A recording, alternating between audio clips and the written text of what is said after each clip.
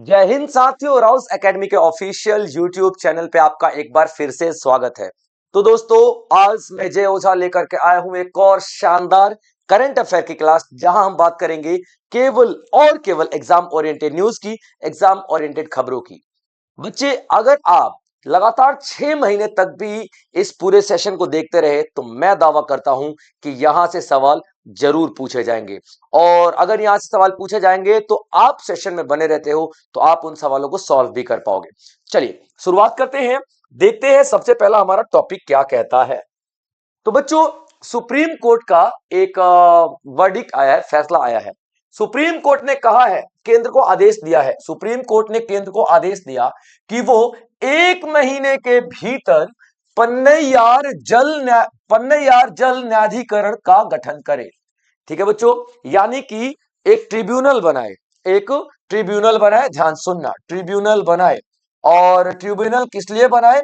तो पेन्नैयार, पेन्नैयार जो नदी है ना, याद रखना, पेन्नैयार, क्लियर बच्चों, यहाँ पे पेन्नैयार जो नदी है, और ये जो नदी का डिस्प्यूट चल रहा है कर्नाटका, ये जो नदी का डिस्प्यूट चल रहा है कर्नाटक में, कर्नाटक और तमिलनाडु में। ठीक है बच्चों, तमिलनाडु में इसकी सुनवाई जल्दी से जल्दी करे, इसके लिए एक ट्रिब्यूनल बनाए। ट्रिब्यूनल का मतलब क्या था? कोई एक स्पेशल जजेस की टीम बनाए, है ना, जो कि इसकी सुनवाई करे। ये सुप्रीम कोर्ट ने साफ आदेश दे दिया है। अभी देखिए मुद्दा क्या है, ये आपको दिखाई दे रहा है, ठीक है, कर्नाटका, ये आपको दिखाई दे रहा है तमिलनाडु। क्लियर अपन बच्चों, ये आपको पूरी दिखाई दे रही है, ये पेन्नैयार नदी है। ये पेन्नैयार नदी दोनों ही राज्यों में है, ठीक है, इधर ध्यान दो, ठीक है, पेन्नैयार नदी दोनों ही राज्यों में है। अब ऊपर से धारा बहती हुई आ रही है और नीचे की तरफ आ रही है। तो अभी कुछ टाइम पहले कर्नाटका ने क्या किया था, नदी का रास्ता मोड़ दिया था और उसमें बहुत सारी बड़े बड़े चेक डैम्स बना दिए थे। अब पानी तमिलनाडु में बहुत कम आ रहा था, तो तमिलनाडु में 2018 में केस कर दिया, 2018 में केस कर दिया कि भाई नदियां तो नेचुरल सोर्स हैं, पूरे राष्ट्र की संपत्ति है, ऐसे कैसे कोई राज्य इसको रोक देगा बीच में। तब से प्रॉब्लम पे प्रॉब्लम, सुनवाई पे सुनवाई चल रही थी, लेकिन कोई भी फैसला नहीं आ पा रहा था। लेकिन अभी सुप्रीम कोर्ट ने बोल दिया है साफ केंद्र सरकार को कि केंद्र सरकार सुनिए, एक ट्रिब्यूनल बनाइए, जल्दी से एक ट्रिब्यूनल, एक ऐसा टीम बनाइए जिसमें जजेस हो, वकील हो, और ये फैसला करवाइए जल्दी से जल्दी इस डिस्प्यूट का। Clear point? तो 1 महीने के अंदर अंदर क्या बनाना है? वाटर डिस्प्यूट ट्रिब्यूनल बनाना है। Clear point? चलिए अब देख लेते क्या कह रहा है। तमिलनाडु कर्नाटका पेन्नैयार रिवर डिस्प्यूट चल रहा है, पेन्नैयार रिवर डिस्प्यूट यानी कि झगड़े चल रहे हैं ओवर अपस्ट्रीम चेक डैम्स, यानी कि किसने बना दिया है? ये कर्नाटका ने क्या बना रखा है? चेक डैम्स बना रखा है।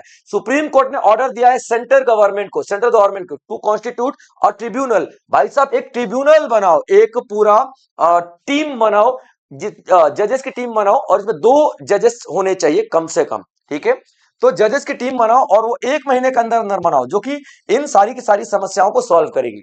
अब यहाँ पे एक आर्टिकल आपको दिखाई दे रहा होगा, आर्टिकल 262, आर्टिकल 262 दिखाई दे रहा होगा। आर्टिकल 262 क्या कहता है कि अभी सवाल आता है कि क्या सुप्रीम कोर्ट ट्रिब्यूनल नहीं बना सकता? सुप्रीम कोर्ट केंद्र सरकार को क्यों बोल रहा है ट्रिब्यूनल बनाओ? तो नहीं बना सकता। हमारे संविधान के आर्टिकल 262 में लिखा हुआ है कि जब भी 2 राज्यों के बीच में कोई डिस्प्यूट होगा तो वो केंद्र सरकार ही सुलझाएगी।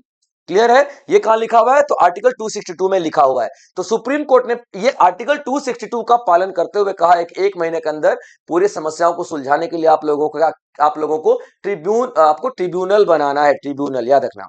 अभी हम अभी रिसेंटली क्यों पढ़ रहे हैं इस चीज को सर? ये तो आप देखते हो कि बहुत पुरानी बात है। हाँ बिल्कुल बच्चों, ये पुरानी बात है, 2018 से केस चल रहा है, इसलिए पुरानी बात तब तक नहीं होती जब तक कि फैसला ना हो जाए। अभी क्या किया गया है, ये तमिलनाडु ने बोला है कि सर देखिए कुछ करने की जरूरत नहीं है। जो 1892 में एक वाटर शेयरिंग एग्रीमेंट हुआ करता था, ठीक है, जो कि अंग्रेजों ने बनाया था इसी नदी के लिए, कि कर्नाटका और तमिलनाडु अपने अपने अधिकारों में काम करेंगे, जितना पानी तमिलनाडु में जाएगा उतना पानी को जाने दिया जाएगा, नेचुरल वे में रोका नहीं जाएगा। ये एग्रीमेंट किया गया था 1892 में अंग्रेजों के द्वारा। तो तमिलनाडु का कहना है कि भैया अभी तक वही एग्रीमेंट चल रहा था तो अभी भी चलने दो ना, क्यों पानी रोक रहे हो? अब समझ आया पॉइंट क्या है? तो ये एक नदी का पानी 2 राज्यों से होकर गुजर रहा है, इसी बात का डिस्प्यूट था। इसे ही सॉल्व करने के लिए भी सुप्रीम कोर्ट ने ऑर्डर दिया केंद्र सरकार को कि 1 महीने के अंदर अंदर ट्रिब्यूनल बना दो। क्लियर पॉइंट यहां तक? चलिए आगे बढ़ते बच्चों। देखिए सारे के सारे न्यूज जो है ना बच्चों, मैं छांट छांट के लेकर के आता हूँ, छांट छांट के, सुन सुन कर लेकर के आऊंगा, ताकि आप सबका एग्जाम क्लियर हो जाए। समझे? आप सबके एग्जाम क्लियर होने जरूरी है, इसलिए चुन चुन के एक एक क्वेश्चन लाएंगे। चलिए अभी देखिए, ये भारत की बेटी है ना, आप लोगों ने गाना सुना होगा, मेरे भारत की बेटी, ये वही भारत की बेटी है भाई साहब। पूरी दुनिया में परचम लहरा रखा है, पूरी दुनिया में परचम लहरा कर रखा है। क्यों? इनका एक गोल है, इनका एक गोल है, इनका एक मकसद है, ठीक है, मकसद है। यानी कि ऐसा नहीं है, मकसद घर संभालने का मकसद नहीं है, मकसद इनका बहुत ही बड़ा है। क्लियर पॉइंट, याद रख लेना। तो एक 7 समिट एक्सपेडिशन होता है, इसको हम लोग क्या बोलते हैं? 7 समिट एक्सपेडिशन, सेवन समिट यात्रा कह सकते हो। क्या है ये? ध्यान सुनना। Seven seven summit expedition, expedition, ठीक है बच्चों, एक्सपेडिशन यानी कि 7 समिट यात्रा, 7 या 7 शिखर यात्रा कह लो, 7 शिखर यात्रा, ठीक है बच्चों, 7 शिखर यात्रा कह लो, यात्रा कह लो। अब कौन से 7 शिखर, कौन से 7 शिखर? तो 7 शिखर 7 कॉन्टिनेंट है ना? कितने? 7 हमारे कॉन्टिनेंट है ना भाई साहब, ठीक है, जैसे कि हमारा एशिया कॉन्टिनेंट है, ठीक है, ऑस्ट्रेलिया कॉन्टिनेंट है, इस तरह 7 कॉन्टिनेंट है। सातों कॉन्टिनेंट के जो सबसे ऊंची चोटी होगी, जैसे एशिया का माउंट एवरेस्ट है सबसे ऊंची, तो ऐसे ही सातों में आप लोग देखोगे, ठीक है, ऐसे ही आप लोग सातों कॉन्टिनेंट में जो सबसे ऊंची चोटी होगी, सबसे ऊंची चोटी, उन सारी सातों ऊंची चोटियों पे इनका घूमने का प्लान है। समझिए कितनी बड़ी बात है ना? तो अभी 7 एक्सपेडिशन लेकर के निकली है, 7 शिखर यात्रा लेकर के निकली है, ऐसा मकसद लेकर के निकली है। और अभी इन्होंने कहां पे चढ़ाई किया है? एकॉन कगुआ, एकॉन कगुआ, ठीक है, एकॉन कगुआ अर्जेंटीना में है, ठीक है, साउथ अमेरिका की एक कंट्री है, ठीक है, अर्जेंटीना, और उसमें क्या है? एकॉन, एकॉन कगुआ, एकॉन कगुआ शिखर, याद रखना, यानी कि एकॉन कगुआ। क्लियर पॉइंट, कौन सा? एकॉन कगुआ शिखर, याद रखना। इस पे इन्होंने सफलतापूर्वक चढ़ाई कर ली है, ठीक है बच्चों, बाकी करना बाकी है, बस इस पे इन्होंने सफलतापूर्वक चढ़ाई कर लिया है। अरुणाचल प्रदेश, अरुणाचल प्रदेश की भारतीय पर्वतारोही, ठीक है, कबक यानो ने अर्जेंटीना में माउंट अकॉन कगुआ पर चढ़ाई की, जो एशिया के बाहर का सबसे ऊंचा शिखर है।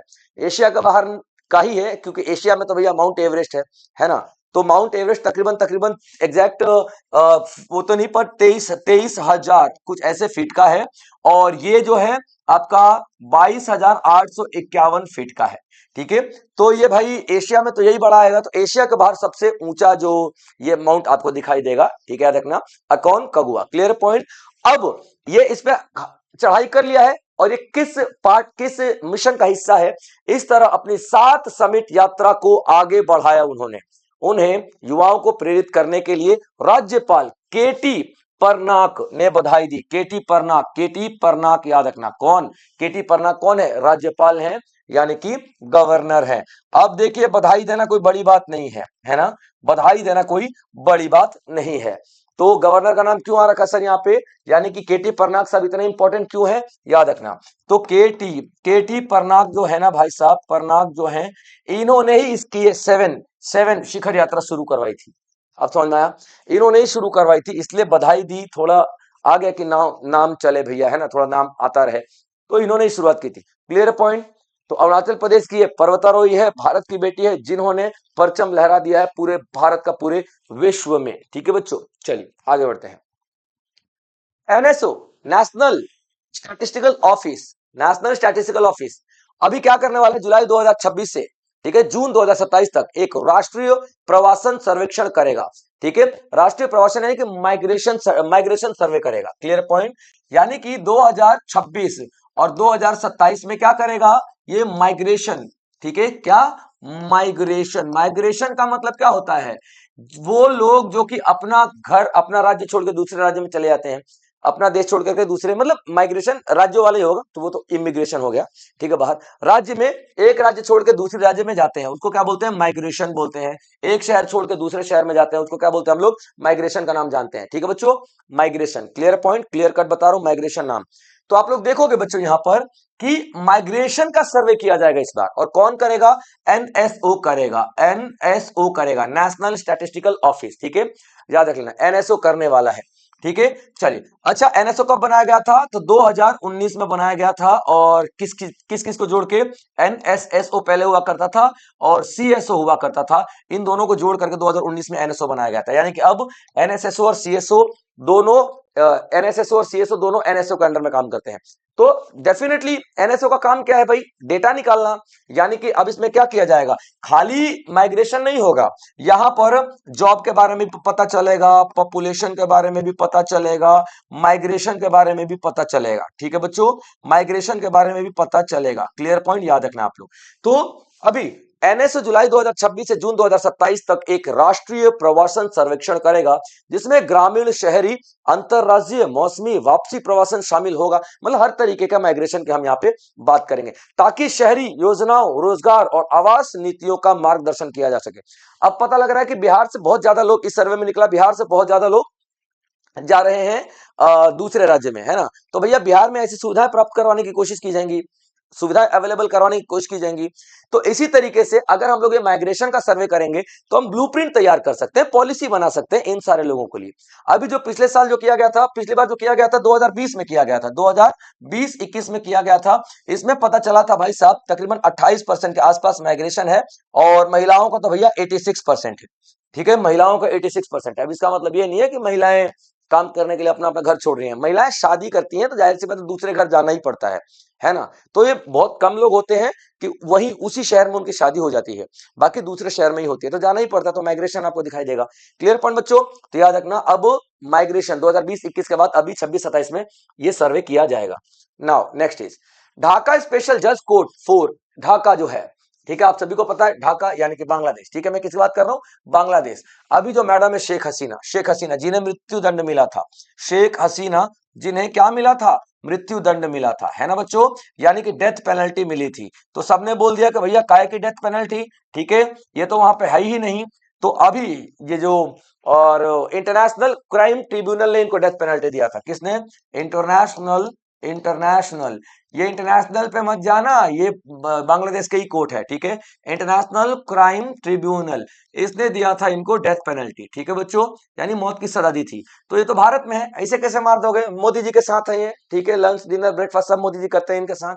चलिए, तो अभी देखो दोबारा से सुनवाई हुई, क्योंकि आप देखो यूनाइटेड नेशन ने भी काफी अपोज किया था कि ऐसे कैसे भाई तुम किसी को मौत की सजा दे सकते हो। ये उस पूरी सुनवाई में है भी नहीं, साबित हुआ ही नहीं है कि भैया आप ये गलत हैं, तो आप कैसे इनको सजा दे सकते हो। तो अभी ये इंटरनेशनल कोर्ट ऑफ ट्रिब्यूनल नहीं, याद रखना, एक स्पेशल कोर्ट बिठाई गई थी, जिसका नाम क्या है? याद नाम रखना, स्पेशल जज कोर्ट 4। स्पेशल जज कोर्ट 4। Clear point? स्पेशल जज कोर्ट 4। अब कोर्ट 4 का मतलब क्या है? कोर्ट 1, कोर्ट 2, कोर्ट 3, कोर्ट 4, ऐसे। 4 का मतलब ये नहीं कुछ में 4 जज होंगे या कुछ ऐसा होगा, नहीं। Court 1, court 2, court 3, court 4। ठीक है, स्पेशल जज वाले जो कोर्ट होंगे तो कोर्ट 4, याद रखना। इनको अभी दिया गया 10 साल की सजा। कितनी? 10 साल की सजा सुनाई गई है, याद रखना, कैद की। और 1 लाख, ठीक है, टका, 1 लाख टका, वहां की जो करेंसी है ना टका, ये पेनल्टी सुनाई गई है। इन पे दो दो क्राइम साबित हुए हैं। इन पे 2 क्राइम प्रूफ हुए हैं कि भैया चलो हम 2 क्राइम यहाँ पे साबित हो चुके हैं। तो 5 साल 1 क्राइम के लिए और 5 साल 2 क्राइम के लिए, यानी दोनों के लिए 10 साल की आप लोगों को इनको सजा सुनाई जा रही है। क्लियर पॉइंट बच्चों? याद रखना। तो ओवरऑल एक कॉन्सेप्ट है कि अभी भी ये भारत में ही है, तो अब इंडिया इसको वापस करेगा कि नहीं करेगा। मैंने आप लोगों को एक सेशन किया था, तो मैंने उसको बताया था आप लोगों को कि देख लेना, फरवरी और मार्च में इलेक्शन होने वाले हैं। यहाँ पे हर एक कोशिश कर ली जाएगी कि शेख हसीना को वापस लाया जाए। ठीक है, डेथ पेनल्टी की बात थी। ऐसा भी तो हो सकता है कि ठीक है ना, हम मारेंगे नहीं, डेथ पेनल्टी नहीं, देखो 10 साल का सजा है, भेज दो, कोई दिक्कत नहीं। अब भेज दिया गया, वहां बोला तुमको तो बुलाने के लिए किए थे, तुम नहीं आती, ठीक है, और वहां पे जाकर मरवा दिया जाता, तो इलेक्शन में कौन जीतता? अभी ठीक है, इलेक्शन में ये हार जाती, सीधी सी बात है ना, हार जाती। इनकी आवामी लीग मतलब पार्टी ही नहीं रहती इनके बाद, तो ये समझ लो यहां आ जाती। ठीक है, फिर आप देखोगे कि पूरा जो वहां पे तानाशाही चल रही है, तो एज इट इज जो ही चलती रहेगी। क्लियर है? तो ये पूरी कोशिश है कि इलेक्शन के पहले इनको बुला लेना, ये मेरा अनुमान है, बाकी तो भगवान जाने मंसूबे क्या है। बाकी भाई साहब ये चल रहा है पूरा। और इस कोर्ट के जो जज हैं वो रबीउल आलम है। कौन है ये? रबीउल आलम है। तो शेख हसीना को पूर्वांचल भूमि भ्रष्टाचार के लिए दोषी ठहराया गया। एक तो भ्रष्टाचार और दूसरा कि भैया आप पद पे थी, आप प्रधानमंत्री थी, दंगे हुए तो आप भागी क्यों, आप पद छोड़ के नहीं भाग सकती, यह भी इन पर प्रूफ किया गया है। 1 लाख टका का जुर्माना दिया गया है, 10 साल की सजा दी गई है और इनके सारे के सारे रिश्तेदारों को भी सजा दिया गया है, ठीक है, याद रखना। और एक दो सजा मैं बता रहा हूं, एक तो आपको दो क्राइम मैंने बताया ना, एक तो ये पद छोड़ के भाग गई थी और एक दूसरा एक राजूका नाम का पॉइंट है। राजूका, जैसे हमारे यहाँ पे डेवलपमेंट बोर्ड होता है ना, Indore development board, Delhi development board होते हैं ना, हर एक शहर का डेवलपमेंट बोर्ड, तो वहां का बांग्लादेशी डेवलपमेंट बोर्ड है राजूका। तो इसके साथ भी करप्शन मिला है इनका, ठीक है, इसके साथ भी करप्शन मिला है। तो भैया राजूका कंपनी को तो बैन कर ही दिया गया है और उनको 10 साल की सजा आपको दिखाई दी गई है। यानी कि दो क्राइम इन पे साबित होते हैं, एक तो आप देश छोड़ के भाग गई और एक आपने राजूका के साथ बहुत करप्शन किया है, बांग्लादेश को लूटा है, तो मैडम आपको 10 साल की सजा तो काटनी ही पड़ेगी। चलिए आगे देखते हैं। Veerabhadran Veerabhadran Ramanathan wins Crafoord prize 2026। Clear point याद रखना। क्रैफोर्ड किसने जीता है भाई साहब, तो वीरभद्रन ने। किसने, वीरभद्रन रामनाथन, ठीक है, रामनाथन वीरभद्रन रामनाथन जी ने अवार्ड जीता है। और कौन सा जीता है भाई साहब, तो क्रैफोर्ड पुरस्कार जीता है, क्रैफोर्ड पुरस्कार। क्लियर पॉइंट बच्चों, याद रख लेना। तो क्रैफोर्ड पुरस्कार क्यों जीता है इन्होंने, क्रैफोर्ड पुरस्कार क्यों जीता है इन्होंने, ध्यान सुनना भाई साहब। इन्होंने 1970s में, ठीक है, नासा ज्वाइन किया। और आज जो बात आप लोगों को बड़ी आसानी से पता है कि क्लोरोफ्लोरोकार्बन सनलाइट को ऑब्जर्व करता है, जिसकी वजह से ग्लोबल वार्मिंग होती है, ये सभी को पता है ना। तो ये इन्होंने ही ढूंढा था कि क्लोरोफ्लोरोकार्बन क्या करता है, ग्लोबल वार्मिंग करता है। क्या करता है, ग्लोबल वार्मिंग करता है भाई साहब, ग्लोबल वार्मिंग करता है, याद रखिएगा। ये क्लोरोफ्लोरोकार्बन ग्लोबल वार्मिंग करता है, ये इन्होंने ही बताया था। जो आम ये जो कार्बन के पार्टिकल्स हैं जो हम सांस छोड़ते हैं, कार्बन डाइऑक्साइड, उससे 1000 ज्यादा गुना क्लोरोफ्लोरोकार्बन अट्रैक्ट करता है सनलाइट को, इसकी वजह से ग्लोबल वार्मिंग हो रही है। ये इन्होंने ही साबित किया था और 1987 में किया था, ठीक है, 1987 में इन्होंने किया था। उसके बाद मीथेन हो गया, ठीक है, और भी नाइट्रोजन हो गया, और भी गैसेस पर इन्होंने बहुत ज्यादा रिसर्च किए थे। तो आप बिल्कुल ये सॉरी, तो भारतीय मूल के वैज्ञानिक श्री रामनाथन सीएफसी मतलब क्लोरोफ्लोरोकार्बन, मीथेन हो गया, नाइट्रोजन ऑक्साइड हो गया, ग्लोबल वार्मिंग पैदा करने का पता लगाया। क्लियर है पॉइंट।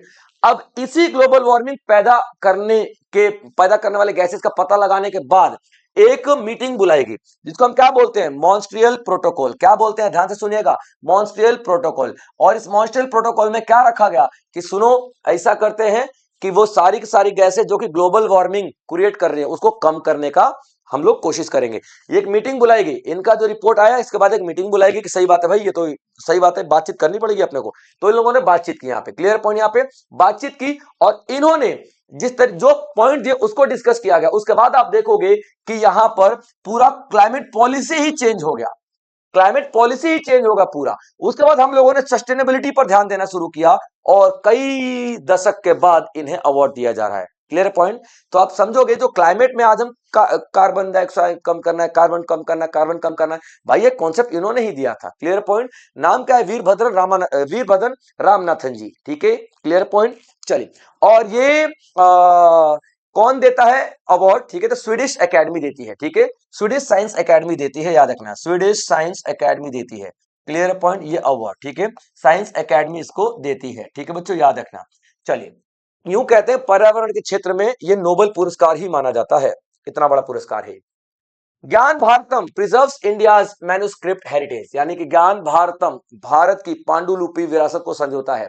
अब ज्ञान भारतम क्या है, ध्यान सुनिएगा, क्लियर पॉइंट। ज्ञान भारतम क्या है, ज्ञान भारतम एक प्रोग्राम है, ज्ञान भारतम एक पहल है। इसमें हम लोग क्या कहेंगे, जो पांडुलिपि का मतलब क्या होता है, पांडुलिपि का मतलब जो हाथों से लिखी पुरानी किताबें हैं, इन्हें क्या किया जाएगा, संजोया जाएगा, ठीक है, संजोया जाएगा। क्लियर पॉइंट, यहाँ पे संजोया जाएगा। क्लियर है बच्चों, याद रखना। अब इसके लिए क्या अलग अलग ऑफिसेज बनाए जाएंगे, तो कितने ऑफिस, तो 45 ऑफिस यानी कि 45 सेंटर बनाए जाएंगे और 20 राज्यों में बनाए जाएंगे, 20 राज्य और यूनियन टेरिटरी में बनाए जाएंगे। क्लियर पॉइंट, याद रखना।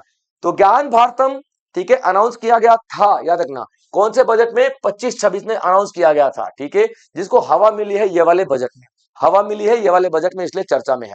तो आप यहाँ पे क्या देखोगे, ज्ञान भारतम अनाउंस किया गया यूनियन बजट 2025-26 में। इसका काम क्या है? प्रिजर्व करके रखना, क्या बचा के रखना, क्या बचा के रखना? मैन्युस्क्रिप्ट यानी कि हाथों से लिखी हुई पुरानी किताबों को बचा के रखना। इसमें 45 सेंटर डेवलप किए जाएंगे 20 यूनियन टेरिटरीज और 20 स्टेट्स और यूनियन टेरिटरीज में। Clear point. अब ये सेंटर क्या करेंगे, कैसे बचाया जाएगा? भाई साहब अगर इस रूप में रहे तो हो सकता है कि आने वाले टाइम में खराब हो जाए, सड़ जाए। तो ये जितने भी किताबें हैं इनको डिजिटाइज किया जाएगा, डिजिटाइज किया जाएगा, यानी कि डिजिटल वर्ल्ड में लाया जाएगा, ठीक है बच्चों, यानी कि डिजिटल डिजिटल किया जाएगा, ऑनलाइन बचा के रखा जाएगा, इनको स्कैन किया जाएगा, इनमें जो जो स्कैन प्रॉपर तरीके से किया जाएगा, एचडी में 4K क्वालिटी में इनकी पीडीएफ बनाई जाएगी, इस तरीके से इनको प्रिजर्व करके रखा जाएगा, जिसके लिए 45 सेंटर बनाए गए हैं। क्लियर बच्चों यहाँ पे? तो ज्ञान भारतम जो कि संघीय बजट 2025-26 में घोषित किया गया था, उसका उद्देश्य पांडुलिपियों को संरक्षित करना, 20 राज्यों और केंद्र शासित प्रदेशों में 45 सेंटर स्थापित करना, प्राचीन ग्रंथों को डिजिटल करना और अनुसंधान एवं संरक्षण को बढ़ावा देना। Clear point. यानी कि इन लोगों को इनको बचा के रखना और संरक्षण देना। नाउ असम गवर्नमेंट ने 50 करोड़ रुपए दिए हैं भाई साहब, ठीक है, किसके लिए? तो यहां पे देखो Darrang king, Darrang king, Darrang king, clear point, Darrang king, यानी कि दारंग एक जिला है, अभी तो फिलहाल जिला है, ठीक है, याद रखना, दारंग एक जिला है असम का, ठीक है, असम का एक जिला है दारंग, ठीक है बच्चों, याद रखना, दारंग एक जिला है। तो वहां की जो राजा की बात कर रहे हैं हम, ठीक है, वहां की जो राजा की बात कर रहे हैं, और जो वहां के राजा होंगे वो कोच डायनेस्टी के, ठीक है, याद रखना, कौन से राजा? कोच वंश के राजा, कोच वंश के राजा, कोच वंश के राजा। इन्होंने बड़े बड़े महल बनाए थे, बड़े बड़े मंदिर बनाए थे, बड़े बड़े तालाब बनाए थे, बड़ी विरासत थी इनकी। तो कोच वंश के राजा की पूरी जो विरासत है, इनकी विरासत को संभालने के लिए, विरासत को बचाने के लिए, क्या करने के लिए बच्चों? तो बचाने के लिए, आप लोग देखोगे इनकी विरासत को बचाने के लिए केंद्र सरकार ने एक पहल शुरू किया है। क्लियर पॉइंट, पहल शुरू किया है, और इसके लिए 50 करोड़ रुपए का अनुदान भी दिया जा रहा है। कितना? 50 करोड़ रुपए का बजट भी दिया जा रहा है, याद रखना, ठीक है बच्चों, बजट दिया जा रहा है 50 करोड़ रुपए का। तो असम सरकार के मुख्यमंत्री हिमंता बिस्वा, सभी को पता है मुख्यमंत्री हिमंता बिस्वा है, बिस्वा शर्मा के नेतृत्व में दरांग जिले में कोच वंश की विरासत को संरक्षित करने, स्मारकों और मंदिरों की मरम्मत करने और सांस्कृतिक पहचान को मजबूत करने के लिए 50 करोड़ अनुदान को मंजूरी दे दी गई है। ठीक है बच्चों, ये सारे के सारे टॉपिक्स बच्चों आएंगे, मैं बार बार बोल रहा हूं आप लोगों को, इसलिए आप लोग नोट्स बनाते चले। तो दोस्तों आज यही तक था, ठीक है, इंपॉर्टेंट टॉपिक्स आप लोग देखें और नोट्स जरूर बनाएं, मैं बार बार बता रहा हूं, time and again I am telling you these notes are really very important for you all, ठीक है, हर एक एग्जाम के लिए। चलिए मिलेंगे अगले सेशन में, तब तक आप लोग अपना ध्यान रखेंगे बच्चों। जय हिंद।